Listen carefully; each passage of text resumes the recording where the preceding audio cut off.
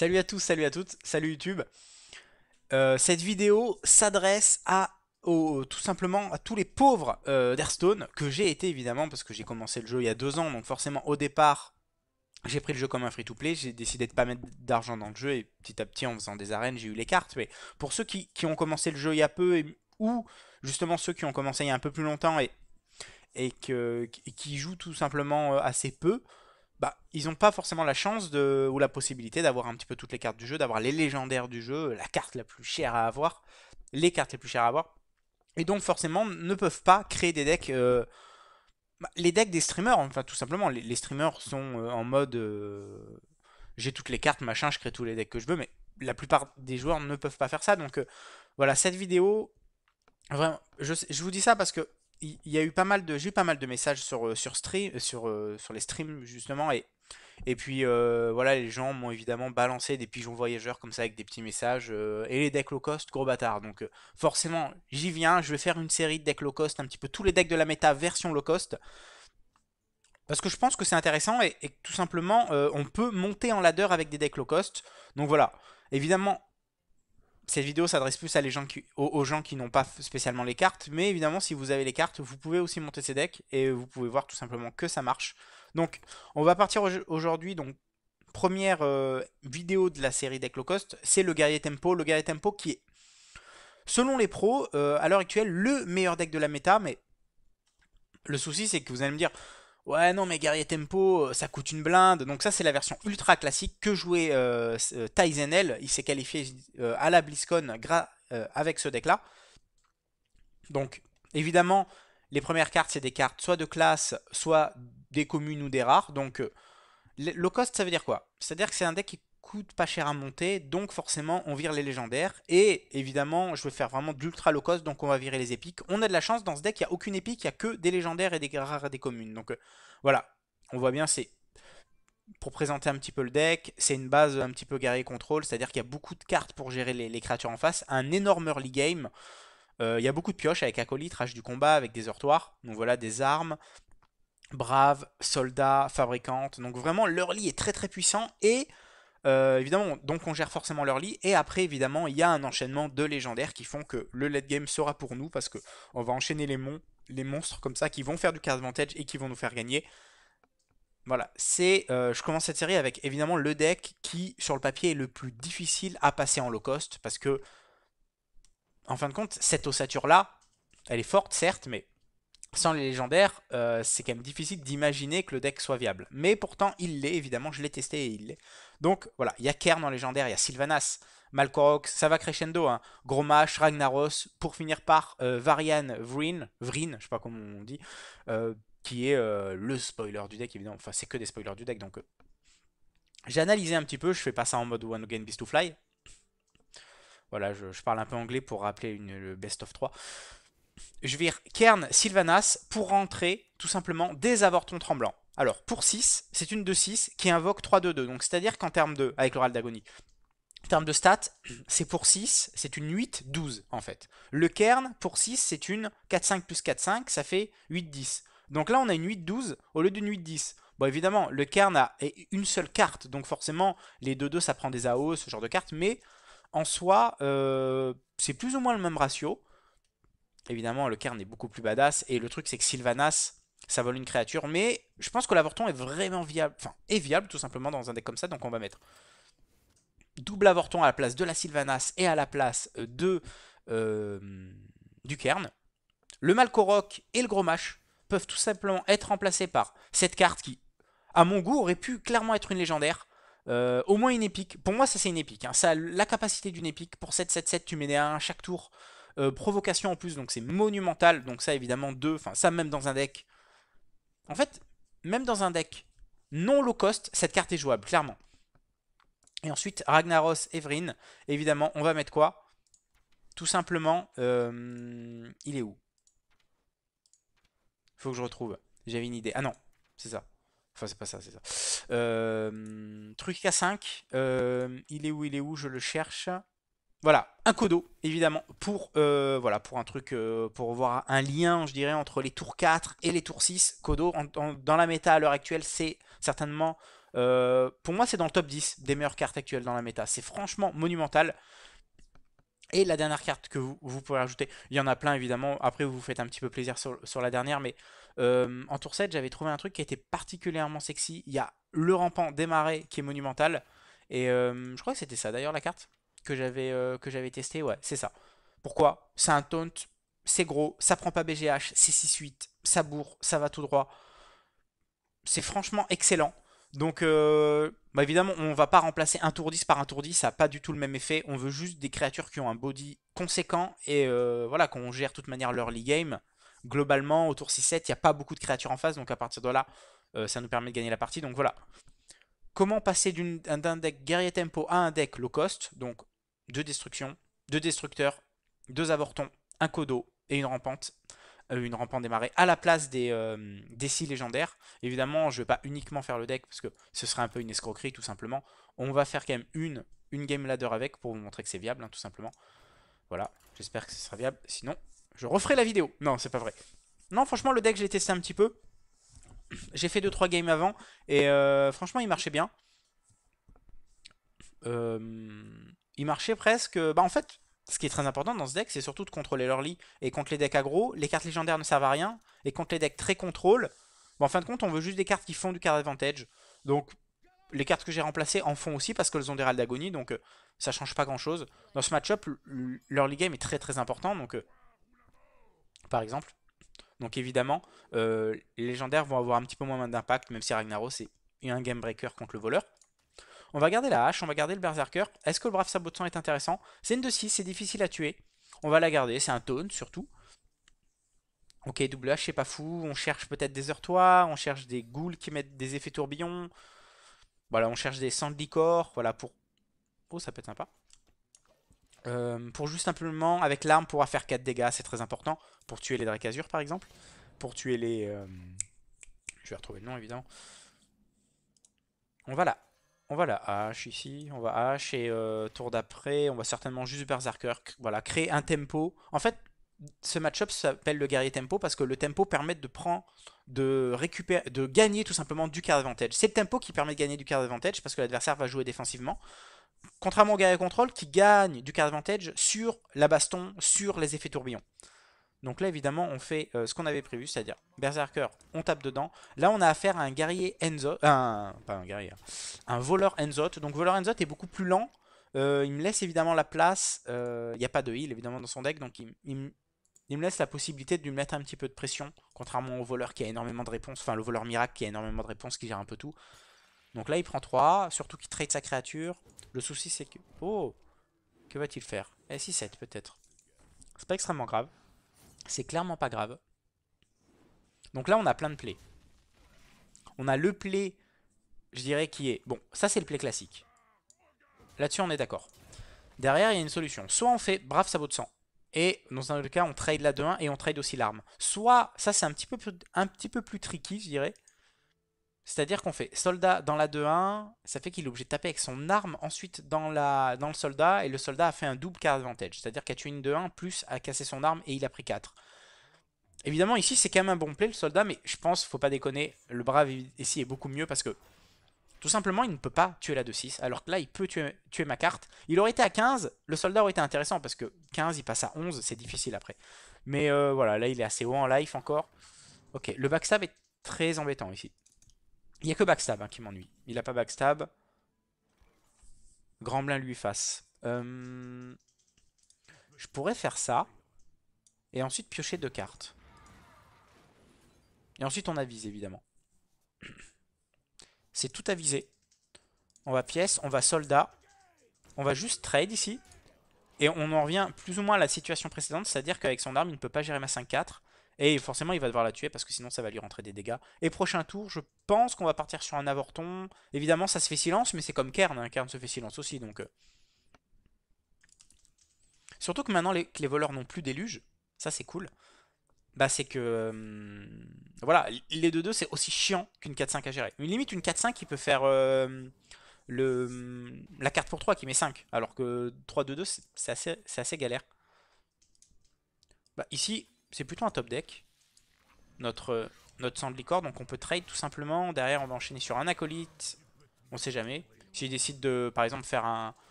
Je sais pas, de faire un éventail de couteaux, au moins on recycle un petit peu la... Il y a des travaux à côté de chez moi. Je sais pas si vous l'entendez. Évidemment, j'ai plus mon Yeti, il est là. Parce qu'il... Voilà, c'est un peu parti. J'ai trop envie de chanter. Quoi.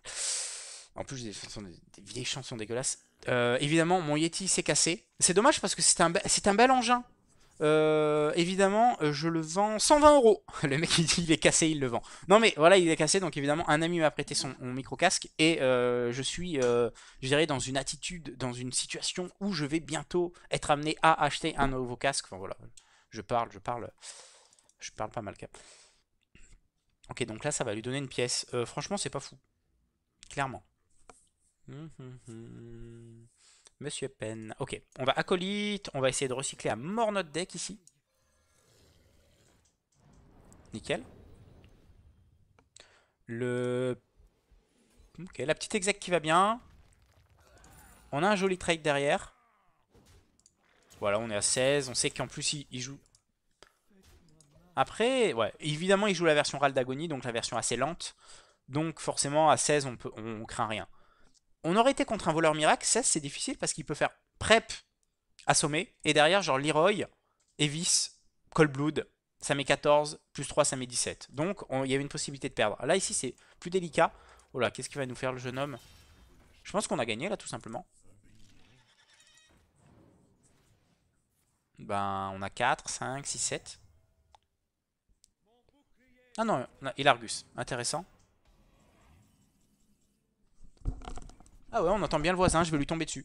Bon, c'est pas grave. Je vais me remettre, je suis un grand garçon.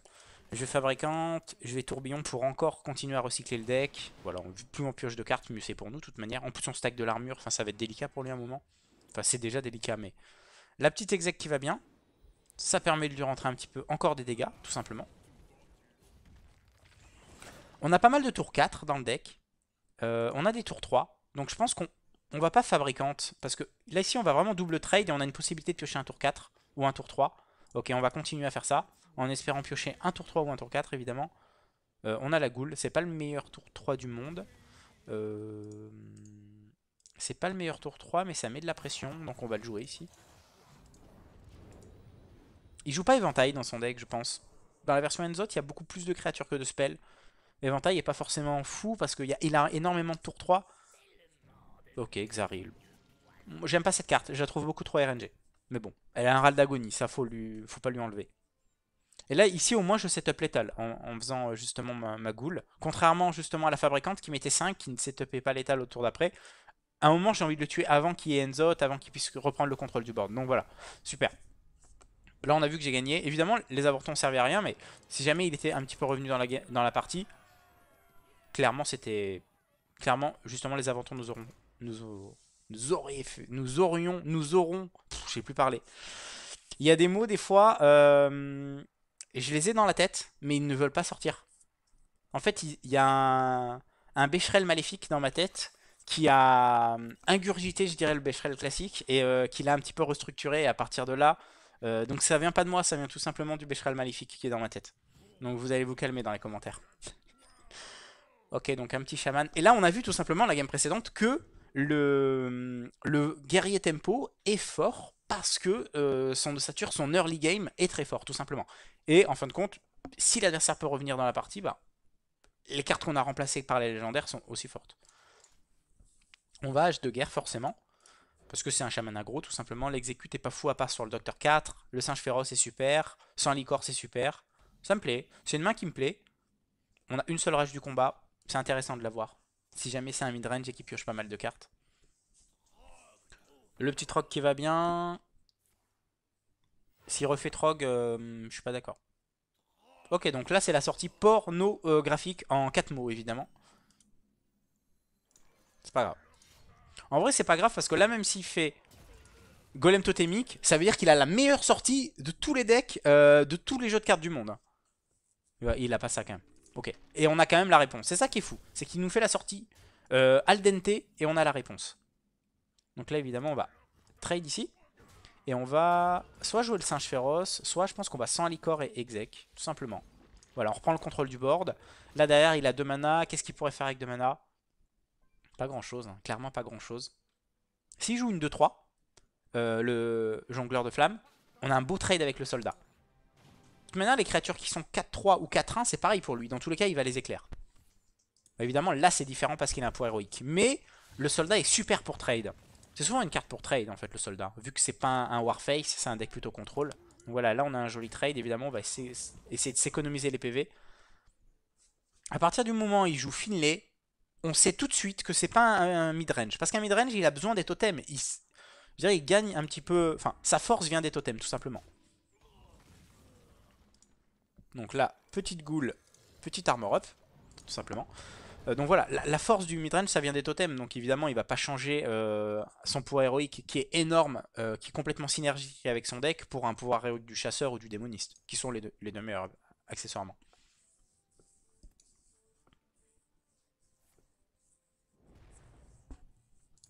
Petit esprit farouche, on a un beau trade, évidemment, faut que ça aille face, sinon on a la pioche. Bah ici on a la pioche, tout simplement.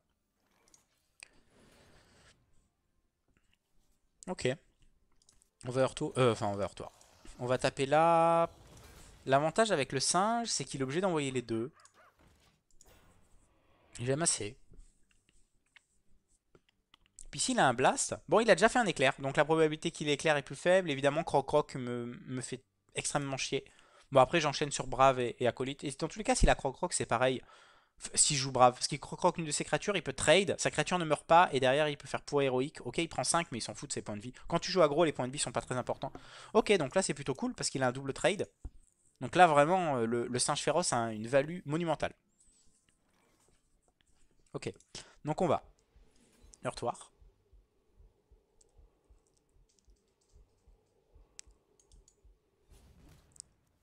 Ok. Tourbillon. Dommage, un petit exec là ça aurait fait gagner. Mais on est quand même pas mal.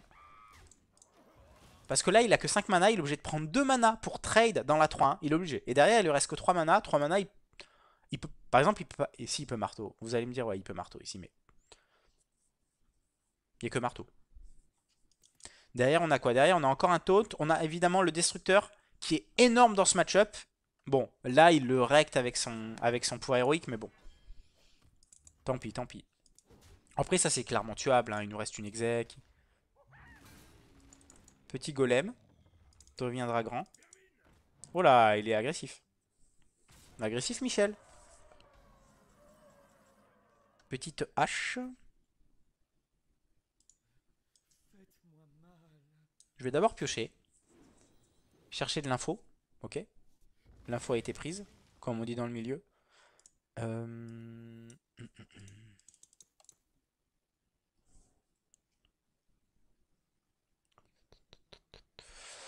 La la la la la la la.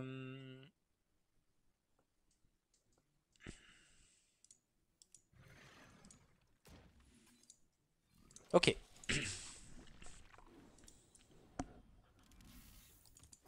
Là, j'essaye de faire un winning play. C'est-à-dire que... j'essaye de faire tout simplement le play qui fait qu'au prochain tour, je peux pratiquement dire que j'ai gagné. Si jamais je pioche une exec, si jamais je pioche un 4-3 charge. Je suis à 8, hein, enfin, je suis à 10 même. Ok, ok, ok. Je pense qu'il faut heurtoir ici. C'est intéressant. Est-ce qu'il pourra tuer ça? Ah, il peut peut-être. Non, on va vraiment assurer sur cette game. Si on fait ça... Non, non, on assure. Ici, on va assurer. Derrière, on a le gros provoque avec l'armor up. Et comme s'il a deux blasts en main, il a perdu. Ok, donc là, évidemment, on en profite, on le fait tout de suite. Voilà, pour être sûr que si jamais il pioche un marteau, qu'il ait marteau, croc-croc, plus orientaire, c'est possible. Comme ça, voilà, on est à 12. Évidemment, c'est un taunt, mais c'est surtout 6-8, donc ça lui met énormément de pression. Et voilà, tout simplement 2-0. Et on a vu que le... Bah, ça a quand même fait gagner. En fait, compte, j'ai remplacé 7-7-8 par... c'était quoi comme tour 7? Ouais, c'était Malkorok. Là, pour le coup, la 7-8 provoque est mieux, évidemment, que le Malkorok. Donc, Tout dépend des match-ups. Mais voilà, je suis en légende. Je suis voilà, entre 1000 et 2000, donc je suis pas non plus 6000 où les gens testent des decks. Là évidemment le mec il jouait Shaman Face, donc un des meilleurs decks de la méta. L'autre avant jouait voleur, je dirais que c'est plus du tiers 2 voleur, mais en tout cas voilà, vous pouvez évidemment, vous pouvez, ça c'est certain même, vous pouvez passer légende avec ce deck, c'est clairement possible, tout simplement, et n'oubliez pas, le low cost, ça veut pas dire que le deck est mauvais, ça veut uniquement dire que c'est pas un deck euh, exactement de la méta. C'est pas le deck que les streamers vont jouer ou que en tournoi on va jouer, tout simplement parce que les gens aiment jouer les légendaires et parce que souvent ça peut être dans des situations un peu plus game breaker. Par exemple, un bon Ragnaros, ça peut faire plus de la différence qu'une 7-8 provoque par exemple, mais clairement le deck est pratiquement aussi fort que le Gaia Tempo. Donc à partir de là, vous pouvez largement passer légende. En tout cas, voilà, je vais faire une série comme ça de plusieurs decks sur le low cost. Donc le prochain, je ne sais pas encore ce que ça va être, mais dites-moi un petit peu dans les commentaires si vous avez testé cette liste. Si vous justement vous avez d'autres idées sur ce deck-là, quelle carte vous pouvez changer. Mais honnêtement, je pense que c'est un bon deck et même j'ai envie de continuer en ladder avec parce que ça me plaît assez. Le taunt, les 2-6 qui mettent des petites 2-2 dans la méta contre les decks aggro, c'est assez sympa. Sur ce, je vous fais plein de bisous, portez-vous bien et en tout cas merci. Donc, hier on a atteint le chiffre magnifique de 8000 abonnés, donc c'est plutôt sympa. Je ferai une énorme fête à 150 000. Non, évidemment à 10 000 je ferai un truc spécial, hein. J'offrirai des boosters comme ça, je vous balancerai des boosters dans la tronche comme ça, enfin vous verrez bien. Je vous fais plein de bisous et passez une bonne journée. Ciao ciao tout le monde. Kern Sylvanas pour rentrer tout simplement des avortons tremblants. Alors pour 6, c'est une 2-6 qui invoque 3-2-2. Donc c'est-à-dire qu'en termes de, avec l'oral d'agonie, en termes de stats, c'est pour 6, c'est une 8-12 en fait. Le Kern pour 6, c'est une 4-5 plus 4-5, ça fait 8-10. Donc là on a une 8-12 au lieu d'une 8-10. Bon évidemment, le Kern a une seule carte, donc forcément les 2-2 ça prend des AO, ce genre de carte, mais en soi, c'est plus ou moins le même ratio. Évidemment, le Cairn est beaucoup plus badass. Et le truc, c'est que Sylvanas, ça vole une créature. Mais je pense que l'avorton est vraiment viable. Enfin, est viable tout simplement dans un deck comme ça. Donc on va mettre double avorton à la place de la Sylvanas et à la place euh, du Cairn. Le Malkorok et le Gros Mash peuvent tout simplement être remplacés par cette carte qui, à mon goût, aurait pu clairement être une légendaire. Au moins une épique. Pour moi, ça c'est une épique, hein. Ça a la capacité d'une épique. Pour 7-7-7, tu mets des 1 chaque tour. Provocation en plus, donc c'est monumental. Donc ça, évidemment, 2. Enfin, ça, même dans un deck. En fait, même dans un deck non low cost, cette carte est jouable, clairement. Et ensuite, Ragnaros, Evrin. Évidemment, on va mettre quoi? Tout simplement, il est où? Faut que je retrouve. J'avais une idée. Ah non, c'est ça. Enfin, c'est pas ça, c'est ça. Truc K5. Il est où? Je le cherche. Voilà, un Kodo, évidemment, voilà, pour un truc, pour voir un lien, je dirais, entre les tours 4 et les tours 6. Kodo, dans la méta à l'heure actuelle, c'est certainement, pour moi, c'est dans le top 10 des meilleures cartes actuelles dans la méta. C'est franchement monumental. Et la dernière carte que vous pourrez rajouter, il y en a plein évidemment, après vous vous faites un petit peu plaisir sur la dernière, mais en tour 7 j'avais trouvé un truc qui était particulièrement sexy. Il y a le rampant démarré qui est monumental, et je crois que c'était ça d'ailleurs la carte que j'avais testé, ouais c'est ça. Pourquoi? C'est un taunt, c'est gros, ça prend pas BGH, c'est 6-8, ça bourre, ça va tout droit, c'est franchement excellent. Donc, bah évidemment, on va pas remplacer un tour 10 par un tour 10, ça n'a pas du tout le même effet. On veut juste des créatures qui ont un body conséquent et voilà, qu'on gère de toute manière leur early game. Globalement, au tour 6-7, il n'y a pas beaucoup de créatures en face, donc à partir de là, ça nous permet de gagner la partie. Donc voilà. Comment passer d'un deck guerrier tempo à un deck low cost? Donc, deux destructions, deux destructeurs, deux avortons, un Kodo et une rampante démarrée à la place des 6 légendaires. Évidemment, je ne vais pas uniquement faire le deck parce que ce serait un peu une escroquerie tout simplement. On va faire quand même une game ladder avec pour vous montrer que c'est viable, hein, tout simplement. Voilà, j'espère que ce sera viable. Sinon, je referai la vidéo. Non, c'est pas vrai. Non, franchement, le deck, je l'ai testé un petit peu. J'ai fait 2-3 games avant et franchement, il marchait bien. Euh, il marchait presque. Bah, en fait, ce qui est très important dans ce deck, c'est surtout de contrôler l'early. Et contre les decks aggro, les cartes légendaires ne servent à rien. Et contre les decks très contrôle, bah, en fin de compte, on veut juste des cartes qui font du card advantage. Donc, les cartes que j'ai remplacées en font aussi parce qu'elles ont des râles d'agonie, donc ça change pas grand chose. Dans ce match-up, l'early game est très très important, donc par exemple. Donc évidemment, les légendaires vont avoir un petit peu moins d'impact, même si Ragnaros est un game breaker contre le voleur. On va garder la hache, on va garder le berserker. Est-ce que le brave sabot de sang est intéressant? C'est une de 6, c'est difficile à tuer. On va la garder, c'est un taunt surtout. Ok, double hache, c'est pas fou. On cherche peut-être des heurtoirs, on cherche des ghouls qui mettent des effets tourbillons. Voilà, on cherche des sangs de licor. Voilà, pour... Oh, ça peut être sympa. Pour juste simplement, avec l'arme, pouvoir faire 4 dégâts, c'est très important. Pour tuer les Drakazur, par exemple. Pour tuer les... Je vais retrouver le nom, évidemment. On va là. On va la hache ici, on va hache et tour d'après, on va certainement juste berserker, voilà, créer un tempo. En fait, ce match-up s'appelle le guerrier tempo parce que le tempo permet de prendre, de récupérer, de gagner tout simplement du card advantage. C'est le tempo qui permet de gagner du card advantage parce que l'adversaire va jouer défensivement. Contrairement au guerrier contrôle qui gagne du card advantage sur la baston, sur les effets tourbillons. Donc là, évidemment, on fait ce qu'on avait prévu, c'est-à-dire Berserker, on tape dedans. Là, on a affaire à un guerrier Enzo, pas un guerrier, un voleur Enzot. Donc voleur Enzot est beaucoup plus lent.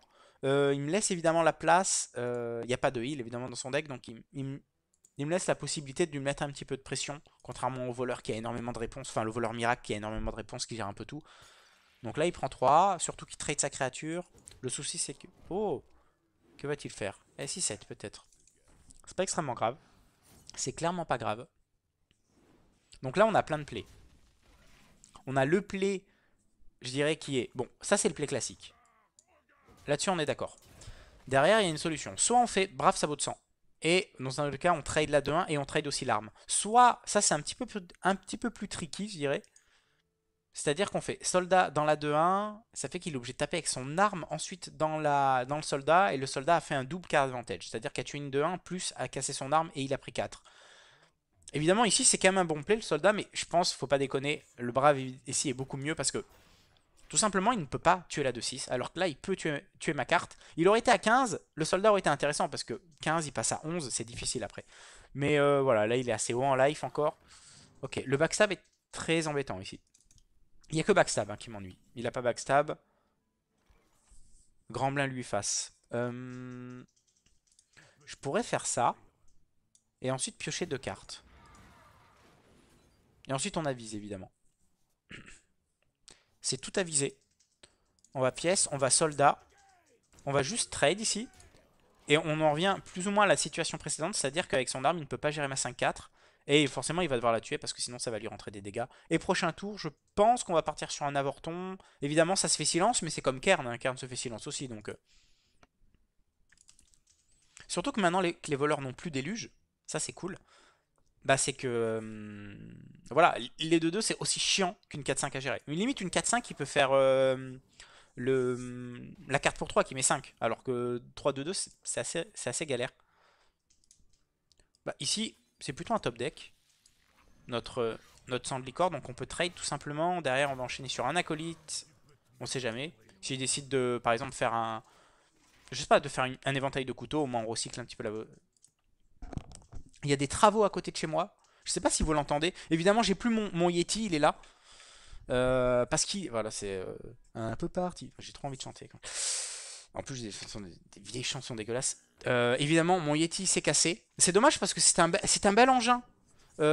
Évidemment, je le vends 120 euros. Le mec, il est cassé, il le vend. Non, mais voilà, il est cassé. Donc, évidemment, un ami m'a prêté mon micro-casque. Et je suis, je dirais, dans une attitude, dans une situation où je vais bientôt être amené à acheter un nouveau casque. Enfin, voilà. Je parle pas mal, cap. Ok, donc là, ça va lui donner une pièce. Franchement, c'est pas fou. Clairement. Monsieur Pen. Ok, on va acolyte. On va essayer de recycler à mort notre deck ici. Nickel. Ok, la petite exec qui va bien. On a un joli trade derrière. Voilà, on est à 16. On sait qu'en plus, il joue... Après, ouais, évidemment, il joue la version râle d'agonie, donc la version assez lente. Donc forcément, à 16, on craint rien. On aurait été contre un voleur miracle. 16, c'est difficile parce qu'il peut faire prep, assommer. Et derrière, genre Leroy, Evis, Cold Blood, ça met 14, plus 3, ça met 17. Donc, il y avait une possibilité de perdre. Là, ici, c'est plus délicat. Oh là, qu'est-ce qu'il va nous faire le jeune homme? Je pense qu'on a gagné là tout simplement. Ben on a 4, 5, 6, 7. Ah non, il a Argus. Intéressant. Ah ouais, on entend bien le voisin, je vais lui tomber dessus. Bon, c'est pas grave. Je vais me remettre, je suis un grand garçon. Je vais fabricante, je vais tourbillon pour encore continuer à recycler le deck. Voilà, plus on pioche de cartes, mieux c'est pour nous, de toute manière. En plus, on stack de l'armure, enfin ça va être délicat pour lui à un moment. Enfin, c'est déjà délicat, mais...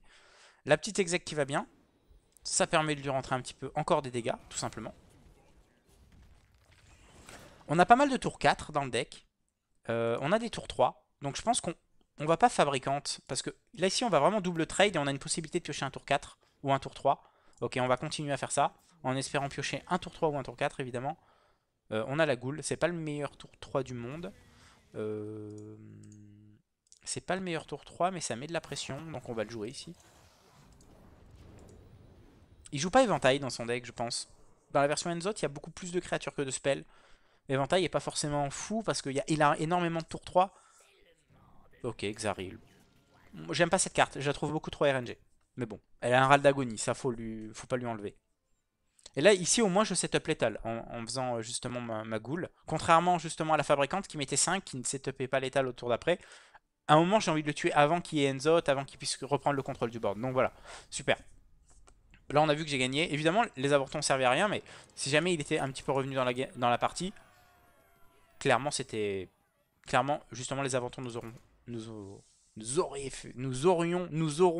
je sais plus parler. Il y a des mots, des fois, je les ai dans la tête, mais ils ne veulent pas sortir.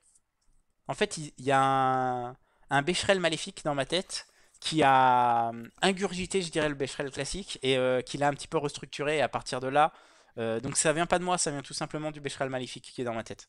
Donc vous allez vous calmer dans les commentaires.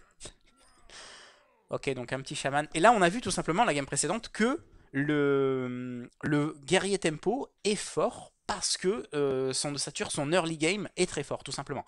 Et en fin de compte, si...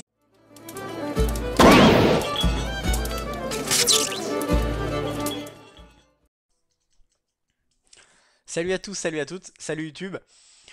Cette vidéo s'adresse à tout simplement à tous les pauvres d'Hearthstone que j'ai été évidemment parce que j'ai commencé le jeu il y a 2 ans, donc forcément au départ j'ai pris le jeu comme un free-to-play, j'ai décidé de pas mettre d'argent dans le jeu et petit à petit en faisant des arènes j'ai eu les cartes. Mais pour ceux qui ont commencé le jeu il y a peu ou justement ceux qui ont commencé il y a un peu plus longtemps et qui jouent tout simplement assez peu, bah, ils n'ont pas forcément la chance ou la possibilité d'avoir un petit peu toutes les cartes du jeu, d'avoir les légendaires du jeu, la carte la plus chère à avoir, les cartes les plus chères à avoir. Et donc forcément ne peuvent pas créer des decks.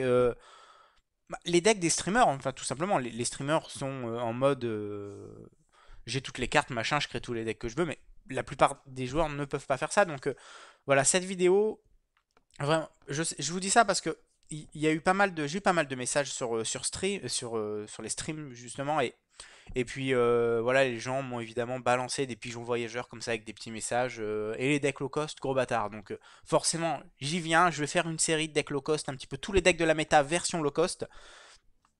Parce que je pense que c'est intéressant et que tout simplement, on peut monter en ladder avec des decks low cost. Donc voilà, évidemment, cette vidéo s'adresse plus à aux gens qui n'ont pas spécialement les cartes. Mais évidemment, si vous avez les cartes, vous pouvez aussi monter ces decks et vous pouvez voir tout simplement que ça marche. Donc, on va partir aujourd'hui. Donc, première vidéo de la série deck low cost, c'est le guerrier tempo. Le guerrier tempo qui est, selon les pros, à l'heure actuelle, le meilleur deck de la méta. Mais le souci, c'est que vous allez me dire, ouais, non, mais guerrier tempo, ça coûte une blinde. Donc ça, c'est la version ultra classique que jouait Tyzenel. Il s'est qualifié à la BlizzCon avec ce deck-là. Donc, évidemment, les premières cartes, c'est des cartes soit de classe, soit des communes ou des rares. Donc, low cost, ça veut dire quoi? C'est-à-dire que c'est un deck qui coûte pas cher à monter, donc forcément, on vire les légendaires. Et évidemment, je vais faire vraiment de l'ultra low cost, donc on va virer les épiques. On a de la chance, dans ce deck, il n'y a aucune épique, il n'y a que des légendaires et des rares et des communes. Donc, voilà, on voit bien, c'est pour présenter un petit peu le deck, c'est une base un petit peu guerrier contrôle, c'est-à-dire qu'il y a beaucoup de cartes pour gérer les créatures en face, un énorme early game. Il y a beaucoup de pioches avec acolyte, rage du combat, avec des heurtoirs, donc voilà, des armes, Brave, soldat, fabricante. Donc vraiment, l'early est très très puissant. Et évidemment, donc on gère forcément l'early. Et après, évidemment, il y a un enchaînement de légendaires qui font que le late game sera pour nous. Parce que on va enchaîner les monstres comme ça qui vont faire du card advantage et qui vont nous faire gagner.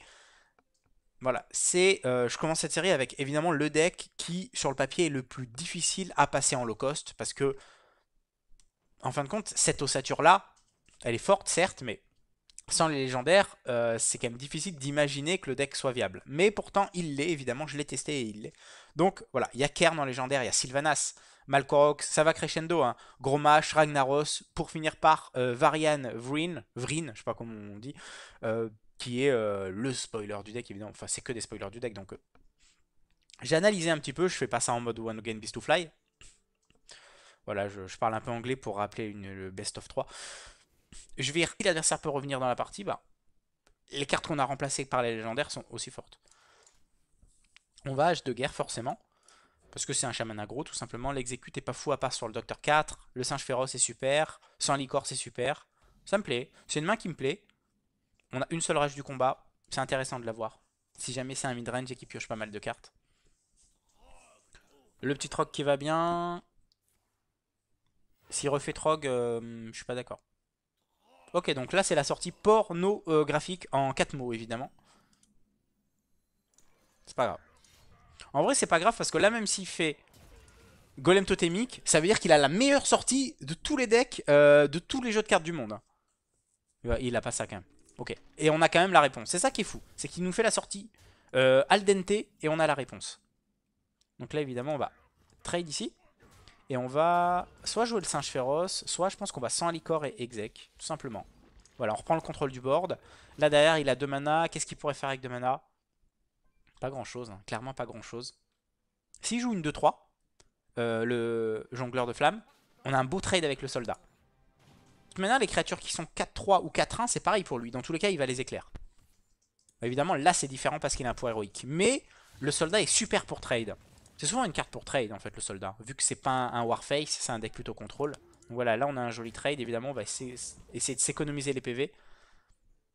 À partir du moment où il joue Finlay, on sait tout de suite que c'est pas un midrange. Parce qu'un midrange, il a besoin des totems. Je dirais, il gagne un petit peu... Enfin, sa force vient des totems, tout simplement.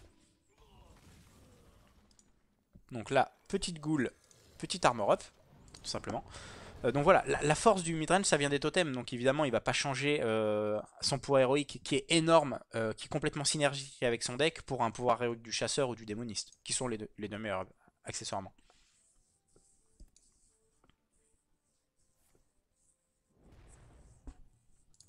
Petit esprit farouche, on a un beau trade, évidemment, faut que ça aille face, sinon on a la pioche.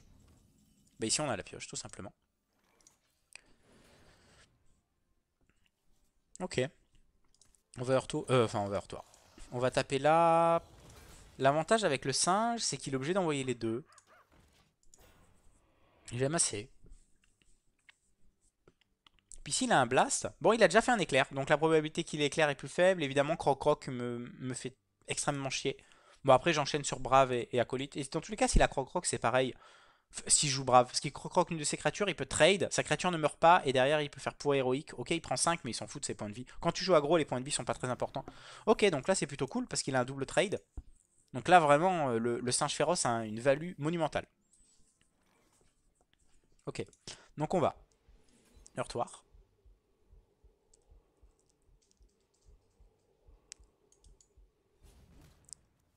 Ok. Tourbillon.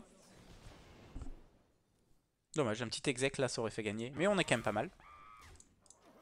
Parce que là il a que 5 mana, il est obligé de prendre 2 mana pour trade dans la 3-1. Il est obligé. Et derrière il lui reste que 3 mana. 3 mana, il peut. Par exemple, il peut pas. Et si il peut marteau. Vous allez me dire ouais il peut marteau ici. Mais